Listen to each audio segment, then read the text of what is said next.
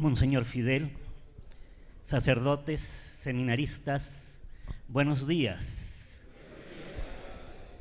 Como podrán ver en el programa, este tema lo tenía Monseñor Luis Cabrera Herrera, arzobispo de Guayaquil. Él ha enviado el tema. Yo me voy a permitir leer lo que él ha enviado. Un saludo grande para todos de parte de él, que no puede estar aquí esta mañana. Y no puede estar aquí por las razones que conocemos. Ecuador sigue temblando, anoche hubo otro temblor, y él está allá, junto a sus ovejas, viviendo estos momentos de dolor. Por eso les pido a todos ponernos de pie y hacer una oración por nuestros hermanos de Ecuador. Dios te salve María, llena eres de gracia, el Señor es contigo, bendita eres entre todas las mujeres, y bendito es el fruto de tu vientre Jesús.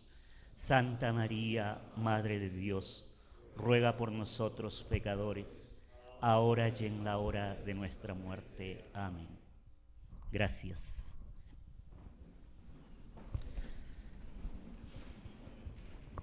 La ideología del género, ¿quién soy yo?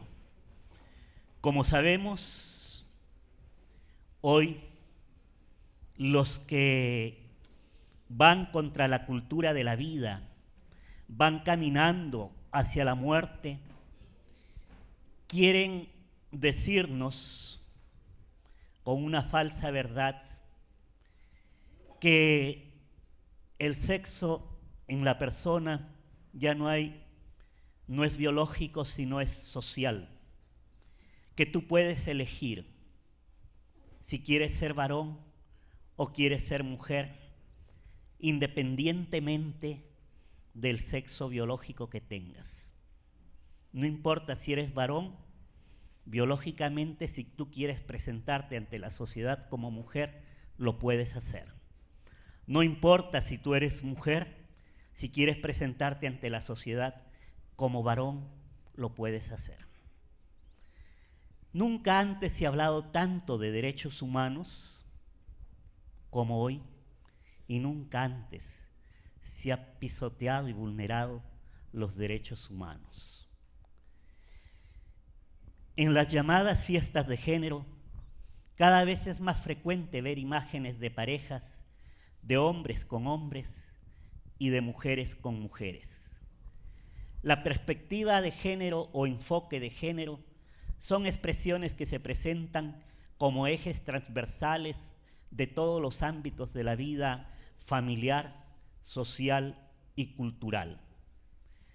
De aquí brota la necesidad ineludible de conocer más a fondo los postulados y los mecanismos psicológicos, educativos, jurídicos, políticos y económicos de los que se vale para difundirse con tanta fuerza. En este acercamiento compartiremos algunos conceptos sobre la ideología en general y de la teoría de género en sus diferentes aspectos. ¿A qué llamamos ideologías? Las ideologías son parte de la convivencia humana. Están presentes en el mundo social, político, cultural e incluso religioso. En este sentido, todos los seres humanos, consciente o inconscientemente, pensamos y actuamos desde una ideología determinada. Pero, ¿qué entendemos por ideología? En general, ideología es un sistema coherente de pensamiento que a partir de unos presupuestos filosóficos o científicos interpreta la realidad personal, familiar, social, política, económica, cultural y religiosa. El peligro de toda ideología es considerarse única y absoluta, con lo cual se encierra en sí misma. Si es única, no admite otras maneras de pensar, y si se cree absoluta, pretende imponerse a las demás utilizando todos los medios posibles. En cambio, si la ideología sabe que no es la única y que depende de un grupo particular, está abierta al diálogo y a acoger otras verdades que no están en su horizonte de comprensión. Esto hace posible que se enriquezca y sea más cercana a la realidad total. Los presupuestos, por lo general, son medias verdades, aspectos parciales e incluso falsos de la realidad que se presentan como verdades totales y absolutas. Los otros aspectos los dejan en la sombra y hasta los niegan. En otros términos, una verdad parcial se declara verdad total y una verdad relativa se considera absoluta. Filosóficamente, una idea falsa que se presenta como verdadera se denomina sofisma. La ideología encerrada en sí misma, además, parte de abstracciones o de términos universales como pueblo, pobres, negros, blancos, razas, etnias, humanidad, sin rostro ni historia, y no de realidades concretas como Juan, María o un grupo particular con nombres y experiencias particulares. Un ejemplo lo encontramos en la ideología nazi. Esta teoría partía de un presupuesto falso, la superioridad de la raza aria. Para sostener esta tesis, afirmaba que los mejores músicos, filósofos, sociólogos, arquitectos, economistas, políticos pertenecían a este pueblo. Colocado este presupuesto, los razonamientos son lógicos o coherentes y contundentes. Si la raza aria era superior, las otras debían trabajar para ella, mientras ésta se dedicaba a actividades más nobles y creativas. La ideología, para imponer su doctrina, manipula el lenguaje siguiendo unos pasos. El primero es cambio de significado. El sentido habitual de un término es reemplazado por otro. Al principio, por ello, no se percibe el cambio. Con frecuencia utilizan las palabras equívocas y no las unívocas ni las análogas. La palabra además debe ser positiva y aceptada en la sociedad, de tal forma que sirva como talismán o eslogan en contraposición a otras con un sentido negativo.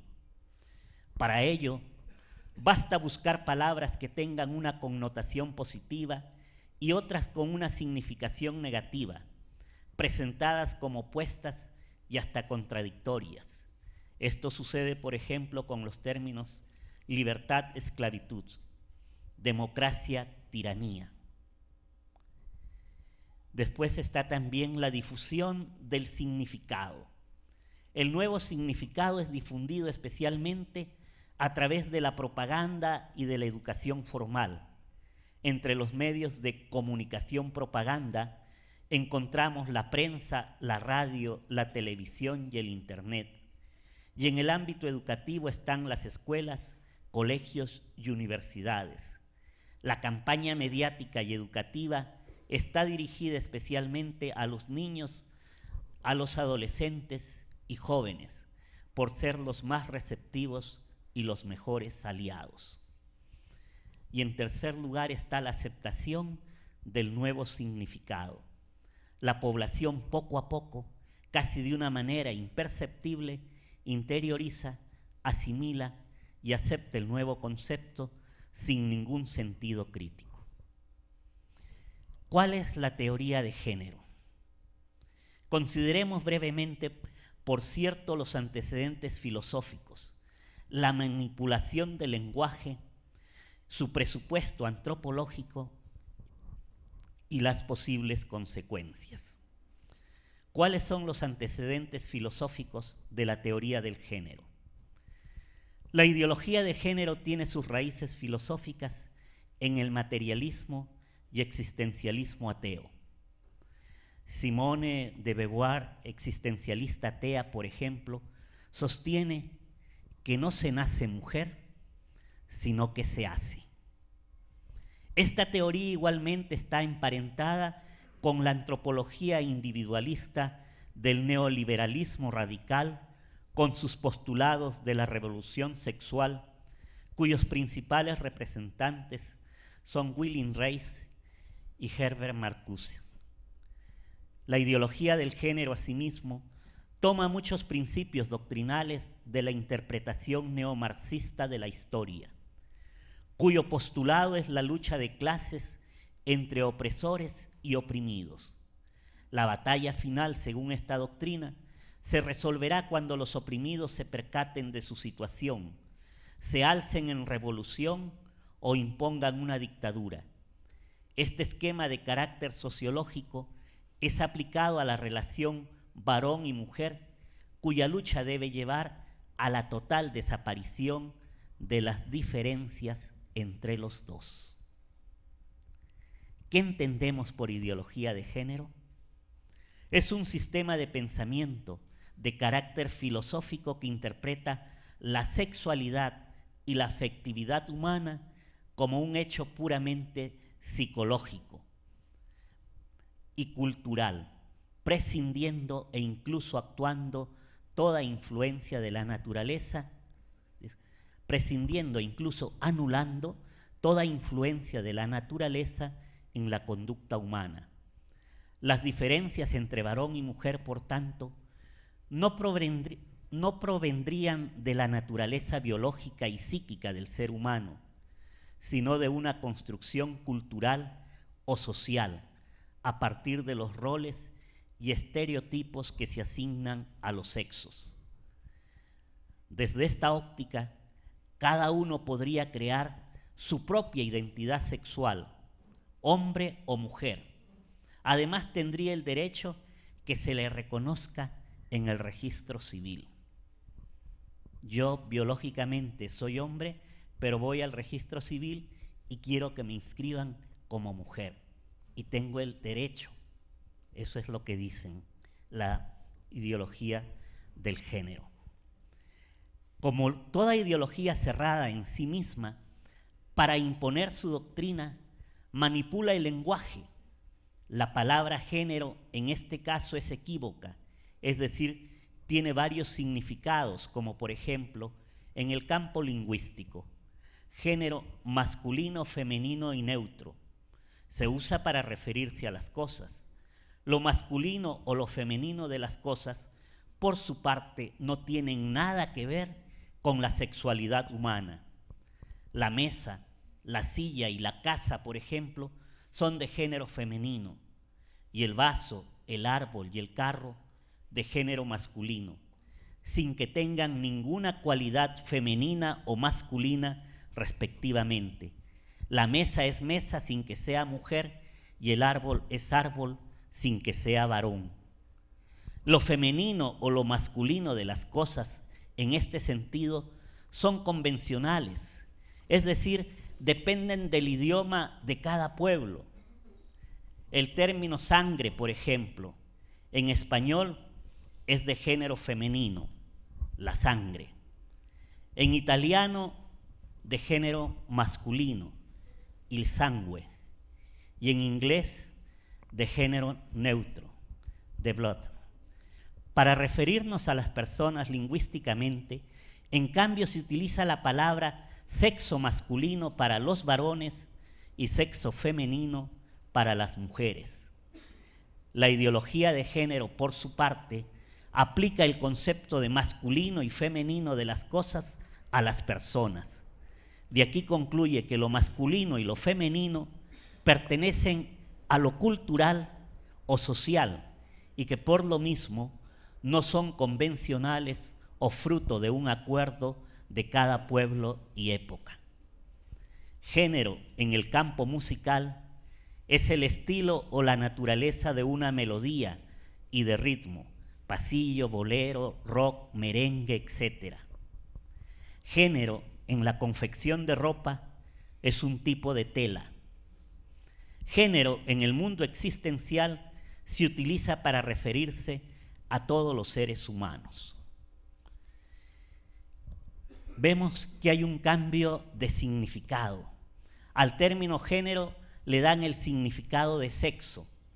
En un primer momento, género y sexo se presentan como si fueran sinónimos y por lo mismo intercambiables. Luego, el término sexo es utilizado exclusivamente para la dimensión biológica y el de género como construcción social o cultural. Después inicia a difundirse esta ideología. Esta forma de entender sexo y género es difundida a través de la propaganda y de la educación formal. Para ello invierten recursos económicos, pedagógicos y didácticos muy grandes con el apoyo de empresas privadas y públicas. Y finalmente viene la aceptación.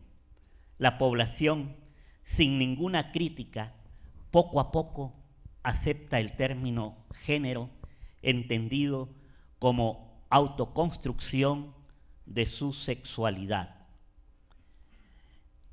Veamos algunas palabras que se utilizan, como por ejemplo se habla, los especialistas distinguen 3 tipos de sexo: biológico, psicológico y sociológico. No son 3 partes, sino 3 aspectos de una sola realidad, razón por la cual existe una interdependencia entre lo corporal, lo psíquico y lo cultural. El sexo biológico. ¿Qué es el sexo biológico? Aquello se identifica con la corporeidad y está determinado por los cromosomas XX en la mujer y XY en el varón. Estas bases biológicas marcan las diferencias estructurales y funcionales, por ejemplo, del cerebro masculino y el femenino. El sexo psicológico es la vivencia psíquica, ya sea como varón o como mujer. Esta conciencia se forma especialmente entre los 2 o 3 años y coincide con el sexo biológico, aunque nos encontremos con excepciones debido a la educación. El sexo sociológico, civil o cultural es la muestra de entender el sexo en los grupos humanos como fruto de los procesos culturales. Hace algunos siglos, por ejemplo, no se pensaba que una mujer pudiera ser militar o una profesional en ámbitos sociales. Identidad sexual. ¿Qué entendemos por identidad sexual? El varón y la mujer razonan, sienten y obran de distinta manera. Sin embargo, no es fácil establecer qué es lo típicamente femenino y lo típicamente masculino. La unidad y la igualdad entre varón y mujer no anulan las diferencias que existen entre los dos sexos. Orientación sexual es la tendencia hacia otras personas, heterosexualidad, homosexualidad y bisexualidad, entre otras. Son algunas definiciones que hay que tener en cuenta. Entonces, visto que es la ideología del género, veamos el presupuesto antropológico. La biología, la psicología, la sociología y la filosofía demuestran que el ser humano es un centro de relaciones consigo mismo, con los demás, con el cosmos y con lo trascendente. Esta constatación ha llevado a definir a la persona como una unidad biopsicosocial cósmico trascendente. La teoría de género, en cambio, defiende una visión fragmentada de la persona.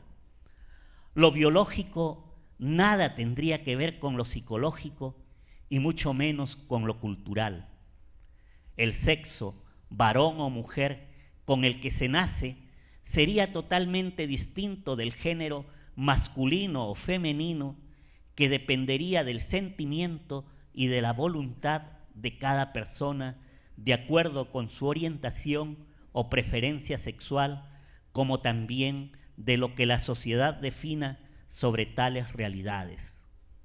El género, según esta teoría, además podría cambiarse tantas veces, así lo decide el individuo, como heterosexual, homosexual, bisexual, transexual, intersexual u otra forma de género.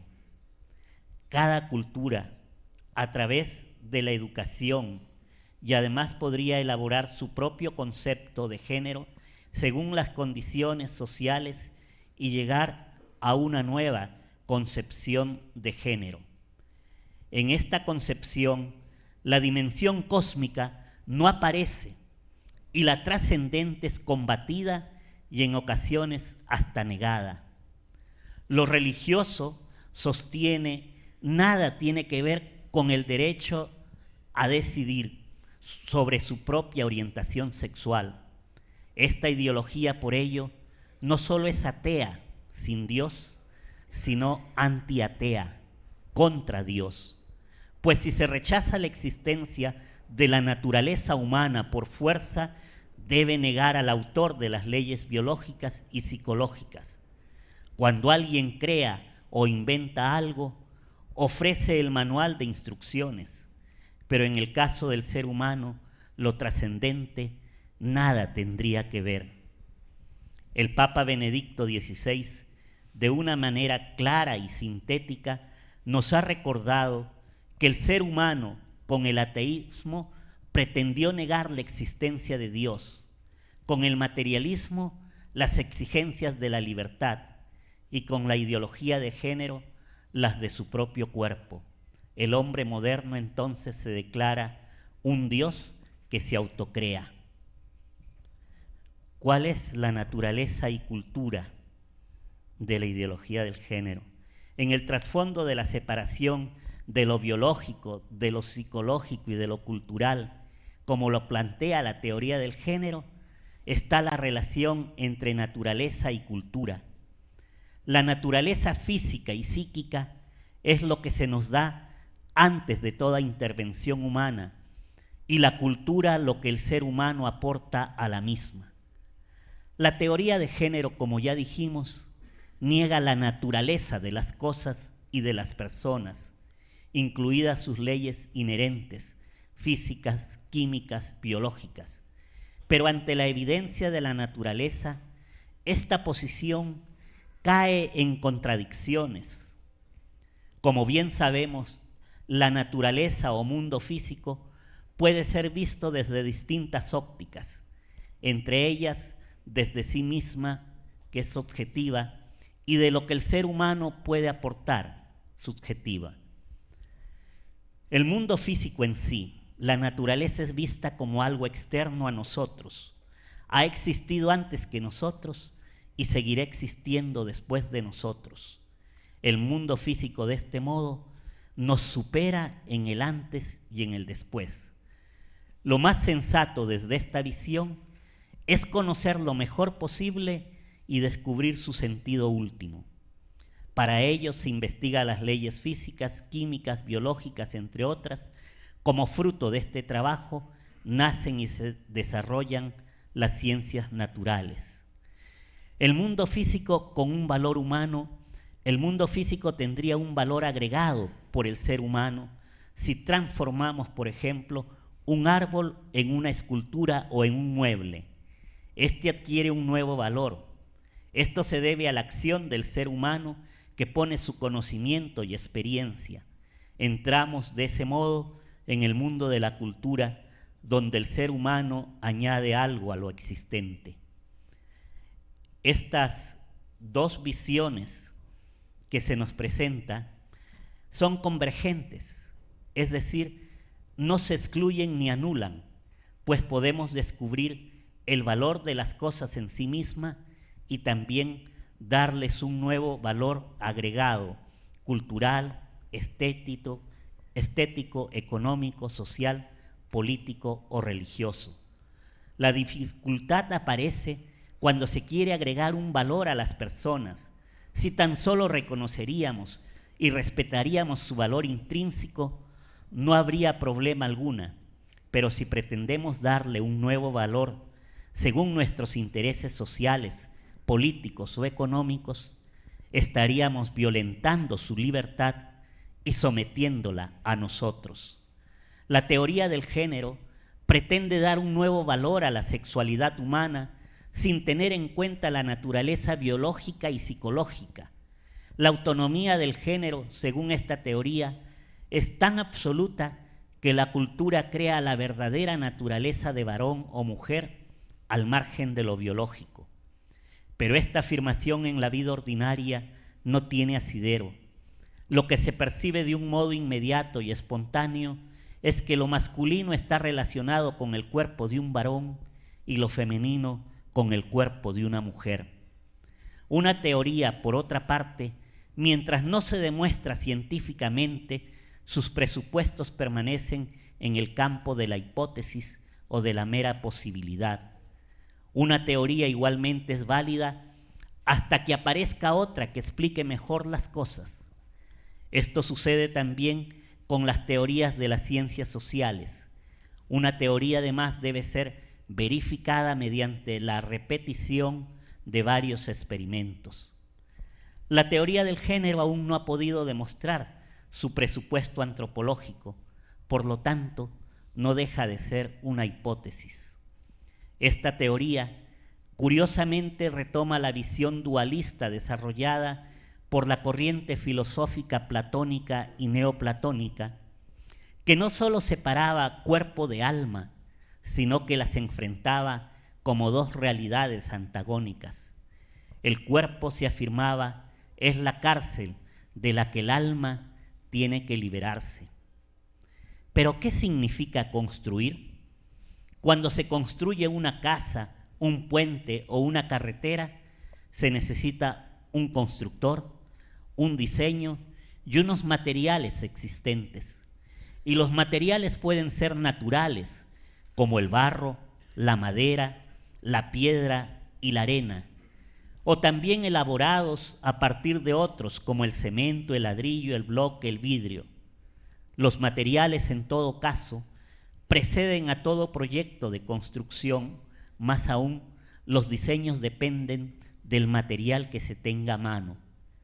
Construir culturalmente el género significa que una persona de sexo masculino podría ser de género femenino, o alguien de sexo femenino podría ser de género masculino en sus diferentes variantes según los parámetros de cada sociedad. La experiencia, sin embargo, nos demuestra que no es posible. En la vida ordinaria, los seres humanos siempre funcionamos como una unidad física, psicológica y espiritual. Algunas funciones biológicas no dependen directamente de la mente y de la voluntad, como la digestión, la circulación sanguínea o la respiración. Sin embargo, estas mantienen una relación muy estrecha con ellas. Un fuerte dolor de cabeza, por ejemplo, repercute en el estado de ánimo, o una fuerte emoción puede alterar el funcionamiento del sistema glandular, sanguíneo o nervioso. Los médicos y los psicólogos cada vez concuerdan en la íntima relación que existe entre estas dimensiones. Muchos estados de ánimo se somatizan en enfermedades crónicas. No es posible de esta manera hablar de separación total de lo biológico y lo psicológico, ni mucho menos de lo cultural o social. Si bien se puede acentuar uno de estos aspectos e incluso tomar partido por uno de ellos, pero la experiencia cotidiana nos demuestra que hay una unidad armónica y maravillosa entre ellos. El sexo, de este modo, no solo marca la diferencia anatómica entre varón y mujer, sino que también influye en la dimensión psicológica y en la espiritual. La manera de pensar, de sentir, de obrar y de reaccionar de las mujeres es muy diferente a la del varón.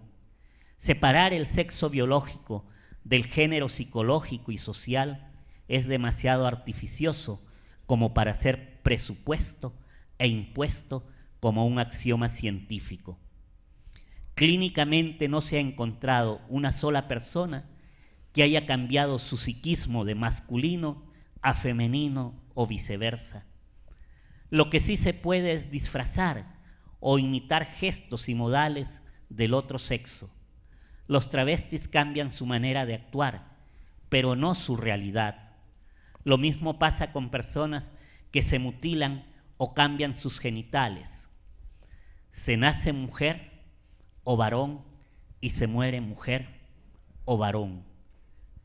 El único caso citado fue el del doctor John Money de la Universidad de Baltimore, quien defendía que el género dependía exclusivamente de la educación y no del sexo biológico. Este médico presentaba a la comunidad científica el caso de un gemelo univitelino que en 1965, en su circuncisión por una mala práctica quirúrgica, fue amputado su pene. Cuando sus padres acudieron a su persona, les aconsejó que lo castraran y lo educaran como si fuera una niña. En 1967, Bruce fue intervenido quirúrgicamente, le cambiaron de genitales y le llamaron Brenda. A la edad de 2 años, cuenta su madre que no aceptaba que le vistieran como mujer y que en la escuela actuaba como varón, lo cual le traía serias dificultades con sus compañeros de clase. En 1980, su padre le contó la verdad y Bruce optó por un proceso quirúrgico denominado faloplastia y adoptó el nombre de David. A los 23 años se casó con una madre soltera de 3 hijos. Su historia se hizo pública en el 2000 y al poco tiempo se divorció. Su hermano gemelo Brian en el 2002 se suicidó. A los 2 años, David también se quitó la vida, pues no podía soportar el sentimiento de culpa. El doctor Money retiró su prueba de la comunidad científica. La teoría de género, de este modo, nunca ha tenido una comprobación empírica irrefutable. ¿Cuáles son las consecuencias que nos traen la ideología del género? Si se aceptara esta teoría del género como construcción social o cultural, independiente de la biología y de la psicología del ser humano, las consecuencias se darían en todos los niveles, en la persona, en el matrimonio, en la familia y en la sociedad. ¿Cuáles serían las consecuencias en la persona? Los seres humanos, al ser idénticos como 2 gotas de agua, no podrían distinguirse entre varón o mujer, a excepción del sexo o diferencia biológica. Al no haber distinción real, sino convencional entre los sexos, todas las relaciones tendrían el mismo valor antropológico y social.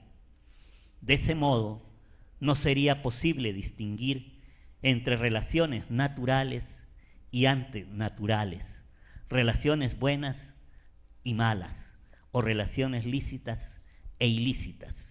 Y pues todas las relaciones serían naturales, buenas, lícitas.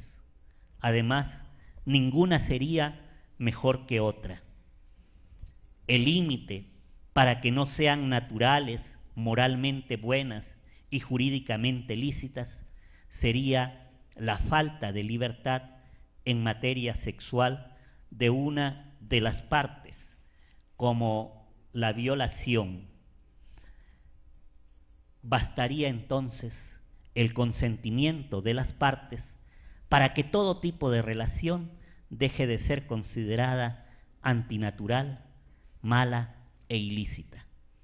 De este modo, todos los tipos de relación tendrían el mismo valor, como el matrimonio varón y mujer, el concubinato, el intercambio de parejas, la poligamia, la poliandria, la prostitución, las uniones homosexuales, la promiscuidad, la pedofilia, la pornografía, la zoofilia, la necrofilia, entre otras, todas tendrían el mismo valor. Dentro de esta concepción alguien podría terminar siendo un sexópata, podría probar todas las formas de relación con personas de distinto sexo o del mismo sexo sin llegar jamás a satisfacerse. El Estado, de acuerdo con estos postulados, estaría obligado a proteger jurídicamente todas las identidades de género de cualquier forma de discriminación que hasta el momento ya sobrepasaron las 52 variantes. ¿Qué consecuencias trae para el matrimonio la ideología del género? Si toda unión sexual consentida tiene el mismo valor, el matrimonio dejaría de tener su razón de ser. A lo largo de la historia, sin embargo, el matrimonio entre varón y mujer, como comunidad de vida y de bienes, en orden a la procreación y educación de los hijos, ha sido reconocido y valorado en todas las culturas frente a otras formas de relaciones ocasionales como las prematrimoniales y las extramatrimoniales. En todas las sociedades hay algunas formas de convivencia que son prohibidas, permitidas y estimuladas.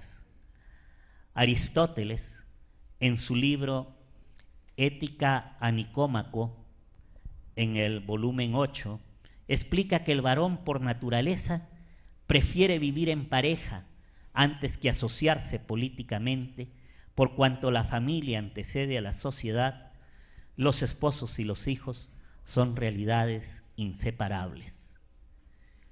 Curiosamente, hombres y mujeres de todos los tiempos y lugares buscan relaciones estables, particularmente en el matrimonio, frente a relaciones efímeras que puedan darse. La razón es simple: las relaciones pasajeras, incluso las que no están mediadas por la sexualidad, generan un placer momentáneo y una insatisfacción permanente. Si se consideran iguales todas las relaciones, las esporádicas y las permanentes, se destruye el matrimonio. Pero esta destrucción no se hace directamente, sino llamando matrimonio a otro tipo de unión efímera. Lógicamente, esto no se logra de un día para otro. Para ello se utiliza una estrategia a largo plazo. Poco a poco van entrando en la sociedad cosas distintas o que van dañando el matrimonio y la familia. El divorcio. Cuando apareció el divorcio, era un escándalo en la sociedad. Hoy en día nos hemos acostumbrado a ver parejas divorciadas. La legalización del divorcio considera el matrimonio como algo que se puede disolver en cualquier momento. En su origen las causas eran limitadas, pero a partir de los años 60, que coincide con la revolución sexual, se ampliaron y el número de divorcios subió de una forma dramática. Después del divorcio han venido las uniones de hecho, con la equiparación total o parcial de las uniones de hecho con el matrimonio civil. Se benefician tanto las personas solteras que viven juntas como las que tuvieron otros compromisos. Entonces, ¿ya para qué casarse? Si en la unión de hecho tenemos los mismos derechos que los matrimonios estables. Luego de la unión de hecho ha llegado el matrimonio homosexual. La legalización de las uniones homosexuales se dan en dos momentos. En el primero no se acepta la adopción de niños y en el segundo se lo aprueba. No todos los países están de acuerdo con legalizar este tipo de uniones, pero ya son varios los países que lo van legalizando y el último ha sido Colombia, y se seguirá este camino y algo hay que hacer. La patria potestad. La pérdida de autoridad de los padres en la educación de los hijos es el golpe más duro contra el matrimonio. La patria potestad o máxima autoridad reconocida a los padres Hoy se la comparte con las madres, sin embargo, algunos estados están reclamando para ellos de concederlos. Los padres perderían toda autoridad respecto de sus hijos. La teoría de género, en un primer momento, reclamó la patria potestad compartida entre padres y madres, pero en caso de discrepancia entre los dos, alguien debe tener la última palabra. Caso contrario, no se llegaría a ninguna solución y quienes sufren son los hijos. Si se deja al juez la última palabra, puede ser fatal en algunas circunstancias. En un segundo momento, se eliminó la patria potestad en materia sexual. Es el Estado quien impartirá la educación sexual de los hijos durante el tiempo escolar, fijando los temas y la metodología. Y sabemos que en esta nueva normativa, la teoría del género se transforma en un eje transversal de todos los contenidos. A esto se añaden los llamados derechos sexuales y reproductivos para salvaguardar la salud sexual y reproductiva de los niños y adolescentes. Con esta finalidad se pone a su alcance todos los métodos anticonceptivos y los preservativos. Además, se aprueba el aborto como un derecho de la mujer que lo puede ejercer en cualquier momento de su embarazo sin que consulten ni pidan permiso a sus padres. En estos temas sexuales no cuenta el que sean menores de edad. Y el Estado, como bien sabemos, no da educación sexual, sino lo que enseña es pornografía. De la familia democrática, donde todos opinan y deciden, se deriva la parentalidad, que reemplaza la patria potestad. Si ésta se ha cedido a un juez y la educación sexual al Estado, la autoridad desaparece de la familia. Cada miembro de la familia toma las mejores decisiones y las vive al margen de los demás. Esas son las consecuencias para el matrimonio. ¿Qué consecuencias trae para la familia la ideología del género? Los estados totalitarios lo primero que destruyen es la familia, porque precisamente detestan toda expresión de libertad y comunión. Si la forma indisoluble del matrimonio entre un varón y una mujer y la relación con los hijos es el modo más adecuado para construir una comunidad de amor y libertad, es lógico que se trate por todos los medios de destruirla. Los índices de criminalidad más altos se dan en personas que no tuvieron la oportunidad de vivir en un hogar estable. He aquí algunas estadísticas. 4.8% de la población de un hogar que no es estable, los padres están separados, vienen los criminales. De 12.4% en casos de divorcio y 22% vive solo con un progenitor. O sea, los criminales, dice, el 4% vienen de padres separados, el 12% de padres divorciados y el 22% de los que viven o solo con el papá o solo con la mamá. Y algo parecido sucede con los abusos sexuales o menores de edad. Si todo tipo de unión se llama matrimonio, por lógica se denominará familia a cualquier remedio de la misma. Se llama familia al concubinato, a la situación monoparental, a las uniones legales de gay o lesbianas, entre otras. La familia, desde el punto de vista antropológico, sin embargo, es una comunidad de vida y libertad, y solo en un segundo momento, célula básica de la sociedad. Sobre la ideología del género y sus consecuencias para la sociedad. Si el matrimonio y la familia desaparecen, igual suerte corre la sociedad. Hipotéticamente, se podría pensar en un nuevo fundamento de la sociedad. La misma familia, reducida a realizar tareas dentro de la sociedad, como cuidar a los hijos, ofrecerles un techo, compartir la amistad, entre otros.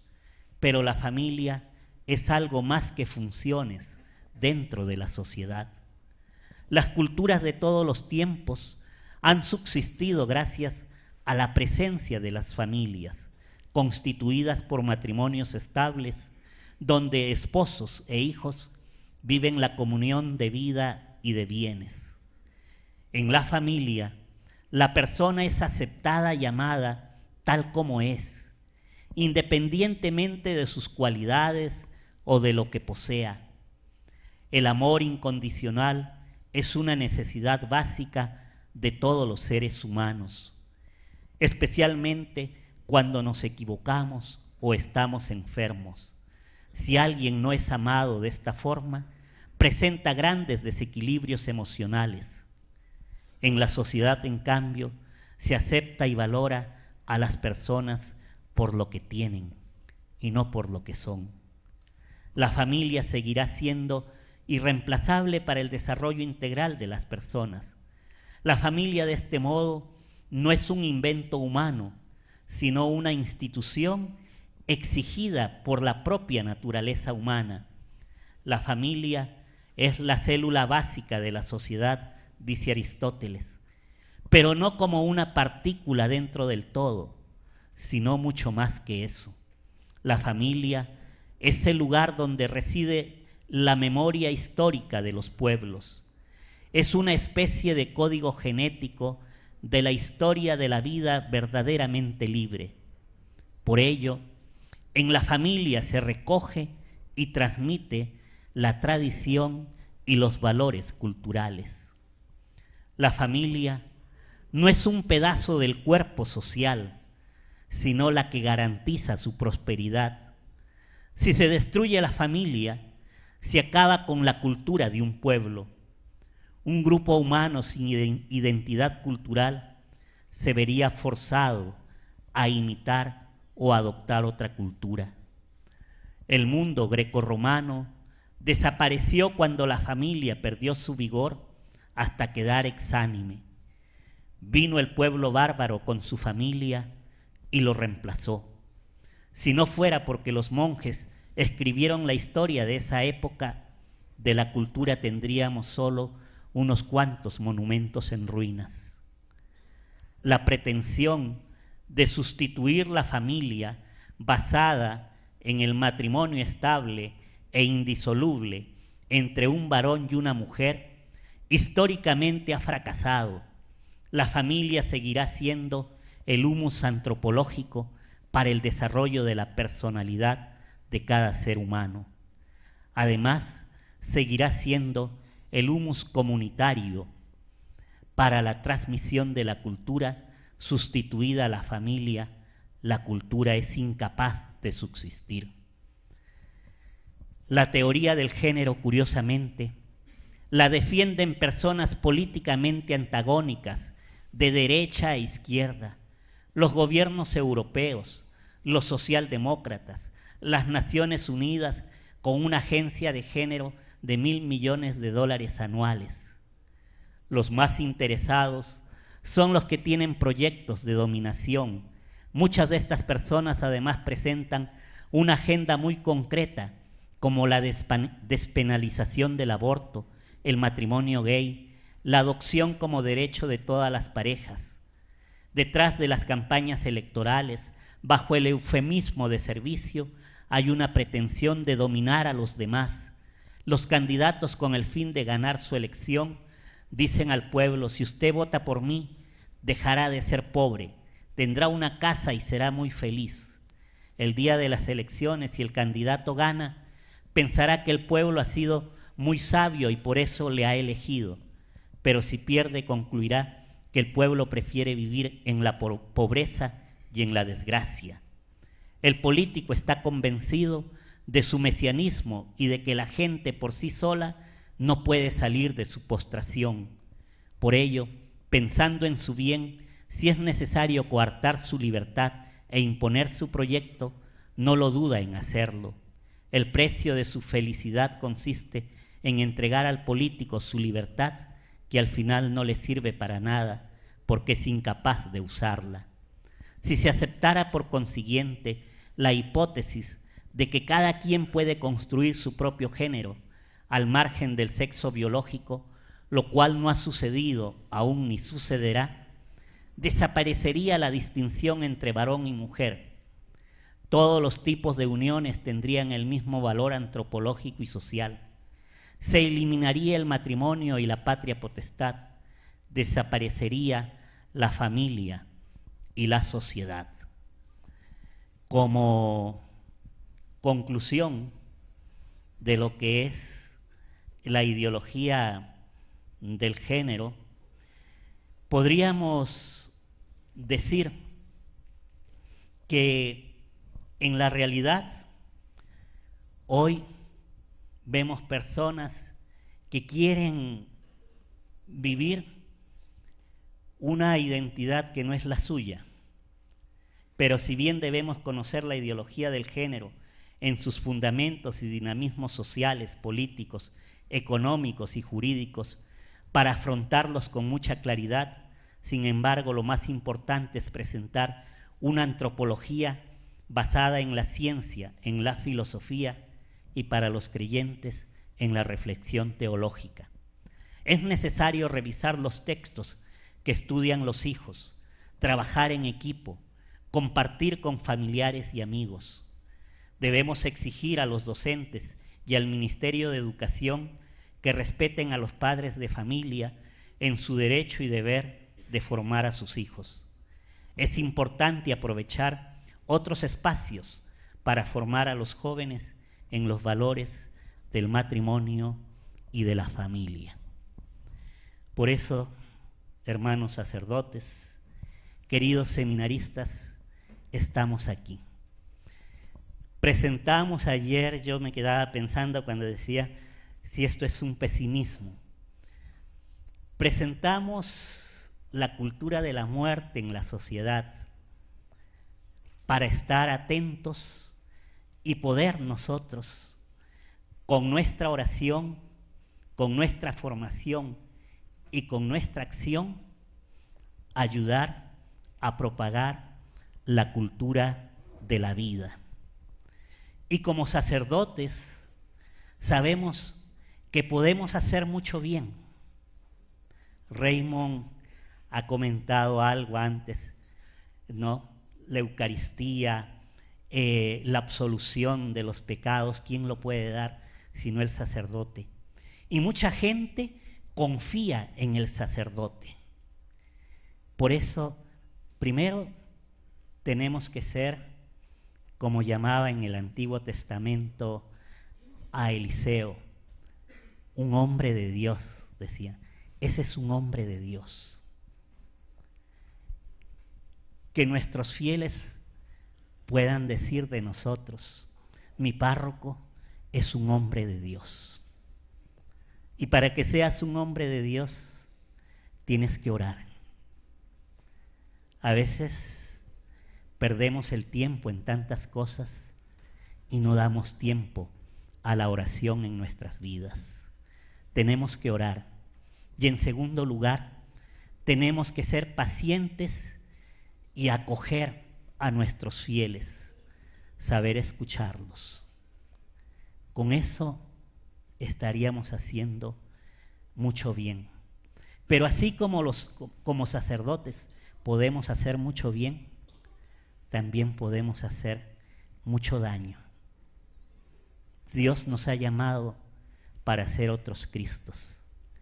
Y de nuestra fidelidad al sacerdocio, a la Iglesia y a Dios, dependen el bien que podemos hacer.